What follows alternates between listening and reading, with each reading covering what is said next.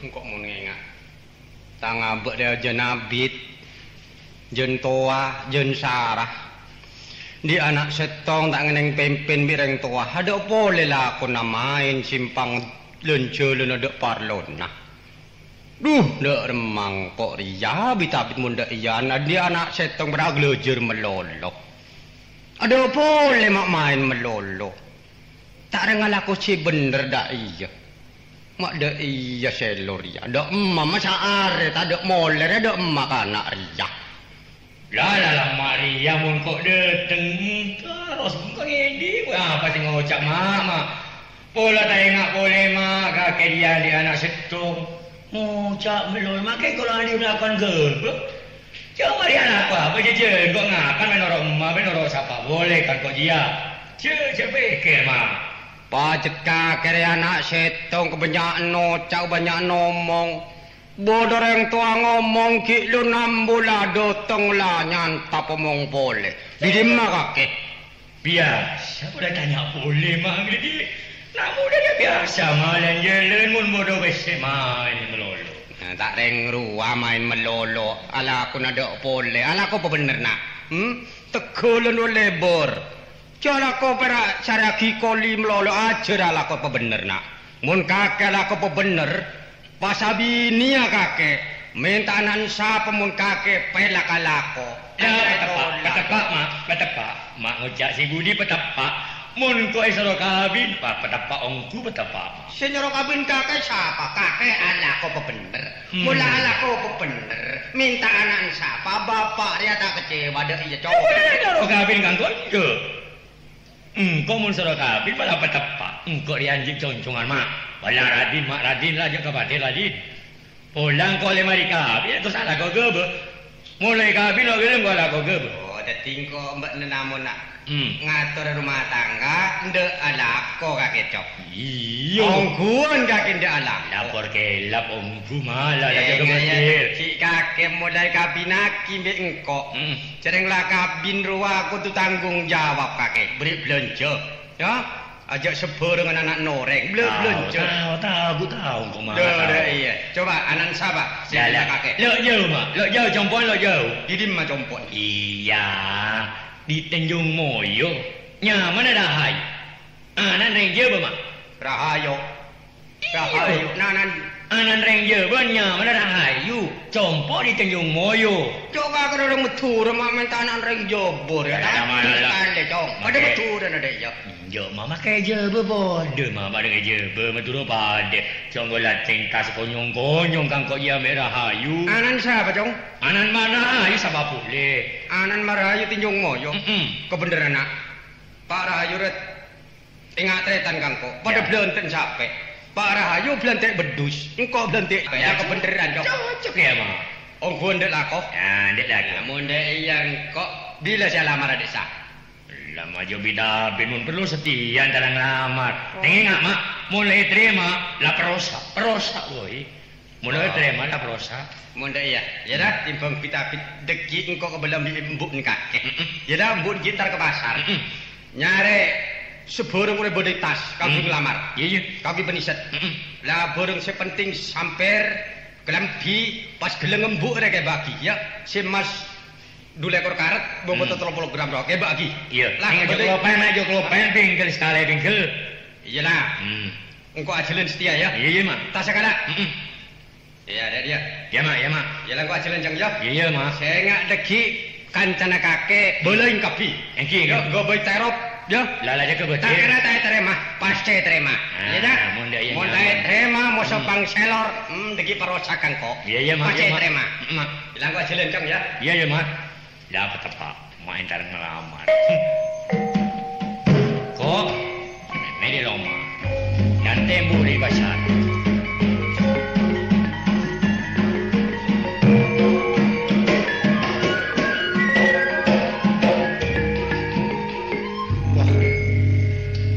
Angger kampung diguyu-guyu wong.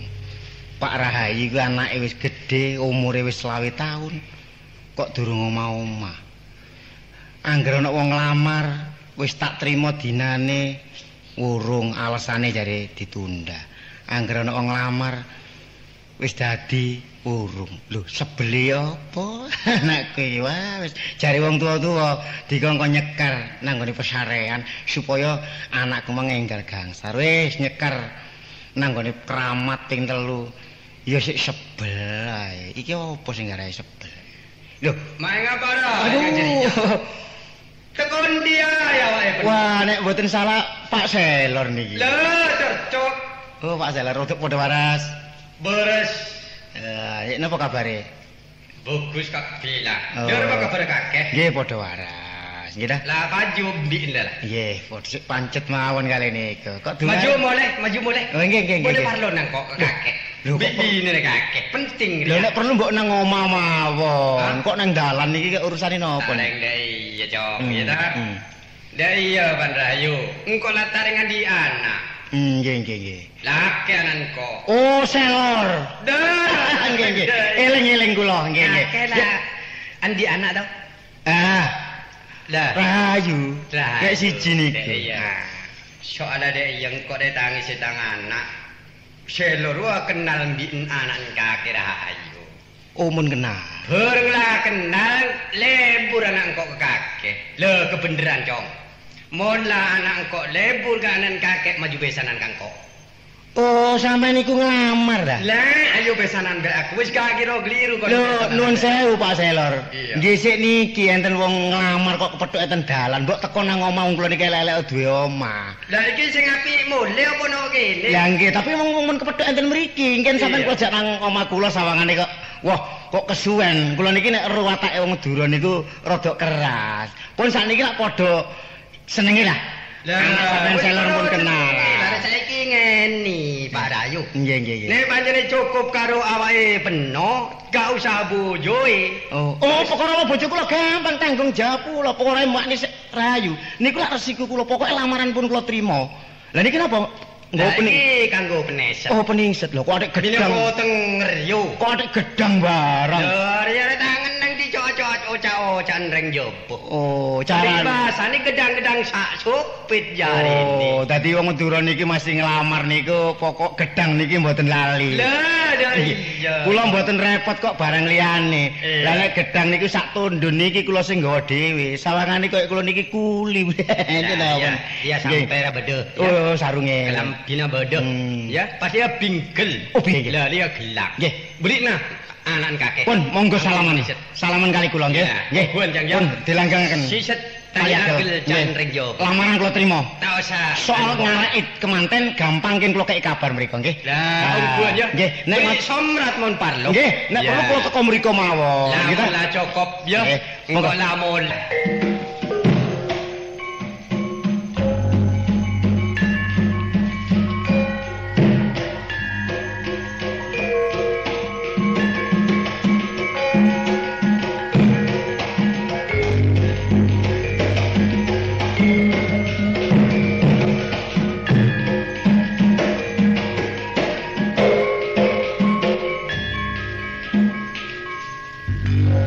Aku nek ngrasakno bapane Rahayu iku lho. Wong nyambut gawe sakmono lawase, yo sik pancet wae. Engko ana pasar pirang-pirang jam ngobrol ambek kancane. Iki lho karepe ya apa karepe iku nyambut gawe.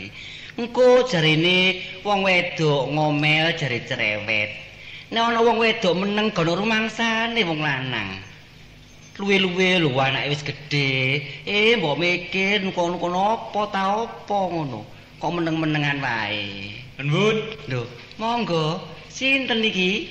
Kula. Oh, monggo mlebet, Nggih, monggo. nggih. Monggo pinarak mriki. Nggih, nggih. Napa leres mriki griyane Mbok Rahayu? Oh nggih, kula niki Makne Rahayu. Oh, makne. Lah sampean niku sinten? Kula niki Pak Sarip. Oh, sajane enten keperluan penting ta ya napa? Nggih, wonten perlu sekedhik niki. Yen sewu nggih. Nggih. Niki ngeten, wong abot-abote kula niki ditangisi anak. Ngoten. Nggih. Anak kula niku lanang sing jenenge Sarip. Lajeng Niku jarine pun nate kenal kali anak sampean. Nggih. Rahayu niku ta? Nggih, niki cekak mawon nggih. Nggih, sowan kula mriki niki badhe nglamar anak sampean. Oh, maksudnya sampean nglamar. Nggih. Lah sing dilamar iki anak kula. Nggih. Wong sakniki ngeten nggih. Wong anak kula niki umure pun dewasa, nggih. Arep pun dadi wong perawan gedhe. Wong kula niki wong wedok, pawake gedung. Dadi gedung niku mboten nampi iwak. Dadi wale-wale napa? Lamaran sampean niku nggih kula terami mawon. Oh, sampean trima. Nggih, pun pokoke ngot mawon. Niki nggih papan kleresan. Lah bojo sampean temu ndi? Lah niki pasar niku napa? Dereng dugi niku. Niki perlu ngenteni napa mboten? Lho nek sampean perlu, nek mboten perlu nggih mboten mawon mboten. Nggih kula sing tanggung jawab. Oh, ngaten. Nggih, soal lamaran niki nggih. Nggih. Lah niki tas niki isine sewek nggih. Niki nggih. Oh, niki pinaka peningset. Peningset nggih. Jero tas niki. Nggih. Nggih rasukan apa sedaya? Nggih. Oh, nggih. Pun niki pun lengkap niki. Walah nggih matur kasuwun. Niki kula cepet-cepetan mawon lho nggih. Lho, Pokoke ngeten mawon, nek sampean pun sampean tampi soal lamar kula. nggih. Binjing kula tetepaken malam Minggu nggih, kula dadekaken manten anak sampean kalian anak kula. Malam Minggu. Nggih. Oh, nggih, nggih. Iki soal biaya pun mboten usah kula sing tanggung jawab. Oh, nggih matur kasuwun, nggih. Pun kula nyuwun pamit dhisik. Sesa mawon. Mboten usah repot-repot lho, pun. Oh, nggih. Nggih. Nggih. Parang nggih. napa? Oh, nggih. Lah iki wis kari ngenteni bapakne Rahayu. Waduh, ayeme kon niku. Lho, ayem ya apa, Kang? Wong wedok kok liyane nang omahe, wae kon niku. Ngarahi wong wedok dikon nglompro, kok nonggo. Ngono maneh jari tangga. Oh, bener ku ya apa, Kang? Turu ae sing lanang lho, nuntung kon ngene iki wis, wae kon niku apa wis kula gedang pangane. Lho, jane kok Jawa Wis peno. pangan gedange iki. Teko ndi iki? Wis ta pangan. Wah, iki enak gedang. Legine. Mamulo ta nek lunga kaya aku, Mm-mm. ya. Lunga-lunga le rezeki, lunga-lunga le rezeki. Kok nang omah, sapa sing ngekek rezeki bareng aku lunga di gedang. Ya wis do nrimo, ya peno nek eling ambek aku do nrimo, ya. Wis Heeh. arep ketemu ya. Wis enak Masih lagi, gak Kang. masak tapi nek mangan gedang. Tunggale sik akeh ta? Si akeh iku wis Digawe karo ae engko ya. Heeh. Atimu seneng ya. Seneng aku. Iya, wis. Wis bunga. Mbok menawa wis rezekine awakmu ambek rezekine aku. Pancen iya, Kang. Mangkane ben aku cita-cita kapan lho Rahayu iki ana sing njaluk. Lah iku. Lah wis kebeneran ana sing njaluk. Kebeneran. Cocok. Cocok. Nek ngono atimu mbek atiku iki cocok. Cocok. Dadi nek iki nek minggu iki ngarake kemanten kon setuju. Kok minggu malam minggune ae. Malam minggu Kang, ae. Ya wis malam minggu ya. Pokoke ya wis nek kon wis setuju aku wis setuju wis Iya. cari ijabing kemanten. Iya. Lah mulane sak temene ngono timbangane kok dibalekno ya gak enak, diterima ya gak enak ta. Tapi nek kon wis setuju ngene iki berarti kon wis padha tunggal pikiran. Pancen iya ya. Balak-balik kok gagal-gagale kemanten anakmu saiki ana sing njaluk kebat dilaksanakno. Dilaksanakno. Aja dadi perawan kaset, Lah Kang, iya. ya. Malam Minggu ta malam Senin? Malam Minggu. Malam Senin, malam Minggu ya. Iya, ya. wis. Mm-mm. Tapi hati-hati. Apa oh? Wong elek-elek iki wong kemanten sepisan iki aja sampe gagal. Apa maneh jange bojone Rahayu iki wong Madura, ya ta? Olah apa peno iku ada jebus Madura iku. Lho kon iki Oh. kon iki apa sih kon iki ngomong-ngomong kon iki? senting peno iya. Kon iku gendeng nek apa? Ya apa wong iku dadakno? Lho, kon Madura. malam Minggu ta ngarep kemanten? Iya. Lah kon wis cocok ta? Cocok. Wis setuju? Iya. Lah wis lah. Lah iya. Lah wis Lah genah. malah apa jebus sampe Madura? Lho, ditambahi ngarake kemanten ana wong Madura kan enak ta. Oh, kentir Gendeng kon. Sawangan ya apa? Peno iki ngene yo. Iya. Malam Minggu. Heeh. Rahayu iki tak tuturi Mm. iya oleh Sarip. Sampel niku. Lho ya apa sih? Lho. Lah rumah sapa oleh sapa? Selor. Oh, edan peno. Ya Gendeng kon apa peno iku? Lho, kon iki ya apa sih? Aku sudah mau lamaran iki. Lho. Sewek. Dion klambi, gelang srit, Terus gandul tretes. teko sapa? Teko Wali Sarip. Iku lamarane. Iya. Ate gelang street. Iya. Lah sing kon pangan nang apa? Gedang. Gedange sapa? Gedang sapa iki? Ya Pak Selor. Oh lah. Lancang yang gedang wis kon jeglek kon pangan kon ya lancang kon. Mangkane nek mbadok ki takon-takon ya iku mang lamarane Pak Selor sing kon pangan iki mang. Iku lamarane. Apik kelakuanmu. Bagus aturamu. Lho. Iya apa kene? Ate trimo lamaran ana ndi peno? Nagalan. Pantes ngono iku. Apa kadhe omah? Lha aku kon celathu lha aku sajakane. Tumu ta apa kene? Wis gak usah. Lho, lamaran gedang tok gawe apa? Lho tapi kan marki. Iya, dibalekno wae. Lho lancang dibalekno kon Pak Selor kon balekno. Mbok kon iki ngawur ae kon. Saiki ngene wae. Aku rebut balung tanpa isi, dolo gunane. Iya. Saiki dermo sing nglakoni wae. Apa? Dikon milih wae. Lho sapa sing milih? Ya ora Ya milih Selor. Ya ora iso. Cari. Bapak rupane wis teko bapak iki. Iya. Nah, ndi to Pak? Kok ora bali-bali? Iku gedang-gedang wangan gedang lek kadang pangan sih. Kita iya dah. Gedang. Gedange sapa ta, Mbok? Ayo. Anu ya. Ayo ngomong. Ayo ngomong ayo. Ayo sedep lain pangan. Lah iya dah. Yes ya. Takenan. Ono apa to? Iki ngene lho nak yo. Anane ngaku kira-kira lek bapakmu iki. Iki mas soal lamaran. Iki ono lamaran loro. Sijine teko Selor, sijine teko Sarip. Nah, lah iki pilihin timbangane kira-kira karo bapakmu saben dina. Wis dono perlune. Saiki dermo sing nglakoni, nek sing nglakoni gelem, ayo pilih sing ndi? Endi wis Saiki janji aku. Nek sing gedang dipilih ambek anu sapa Rahayu, ya. Aku gak murang-muring. Iya. Nek sewek mek klambi sing dipilih Rahayu, kono aja murang-muring. Tapi tiang muring tak tampek kono ya. Ngancam kon iki. Wis enak gedang nak dikolak, kari kok gula. Sing dilamar ki sapa to, Mbak? Ya kona. Oh, aku dilamar. Dilamar nah. Lah kok aneh? Aku kok dilamar wong loro, Mbok? Sing salah bapakmu. Wis ayo cek. Wong nglamar ono dalan pantes. Yo kabeh-kabeh yo salah. Lho, Pak? Mbok yo salah, bapak salah. Wong nrimo lamaran kok ora ditari sing dilamar dhisik kok yo. Terus? Lah terus apa Wis kamu? pilih sing Yo coba saiki tak milih yo, Pak. Nek upama aku milih lamarane Mbok, bapak ora kena nesu. Iya. Nek lamarane bapak tak pilih Mbok yo ora kena. Gak gelem itu bapak. Gedang anak digoreng dikolak ya. Ya wis. Iya. Tak pilih. Kata-kata iya. Dan sewek bae. Sing ndi nak? Sewek karo klambi iki. Iya. Syukur alhamdulillah nak. Iya aku iki terang mati aku iki. Sing kon pilih sing sewek iki. Iya, Pak. Gedangnya dibalekno. Mbok ususku mbrodol temenan iki karane iki. Gedang lamarane sapa to, Pak? Lamarku. Lamarane sapa, Pak? Selor Madura kuwi. Iya. Benci aku wong Madura. Lah, aku milih sing kota wae. dadi kon benci ambek Selor. Iya. Cinta ambek lamarane Mbak. Tenan. Iya, Mbak. Ini dia ya. Si jali-jali ya omong-omong iki. Dah bejajah. Saiki apa carane? Tanggung jawab kon ya. Bejajah. Ngene aja. Aja rame-rame. Bobong durung bunder aja suwe-suwe ya. Iki lamaran. Iya, kon nang Pak Selor. Balekno. Balekaken lamarane? Iya, Jo. Namanya Pak Selor. Iya. Wong Madura lho. Iya. Oh, mboten. Tak banting kon kok durung-durung kok mboten ae. Kabula kajate mawon. Apa? Mrika wong Madura. Terus? Mboten loro nek kula mrika ngken. Mulai mboten duwe gulu, mboten pedhot gulu kula. Carane napa? Ngene nuwun, ya ta. Kursine tumpuken. Terus? Kula iki digengken Pak Rahayu. Balekaken. Uncal mlayu per nae wis. Kula uncal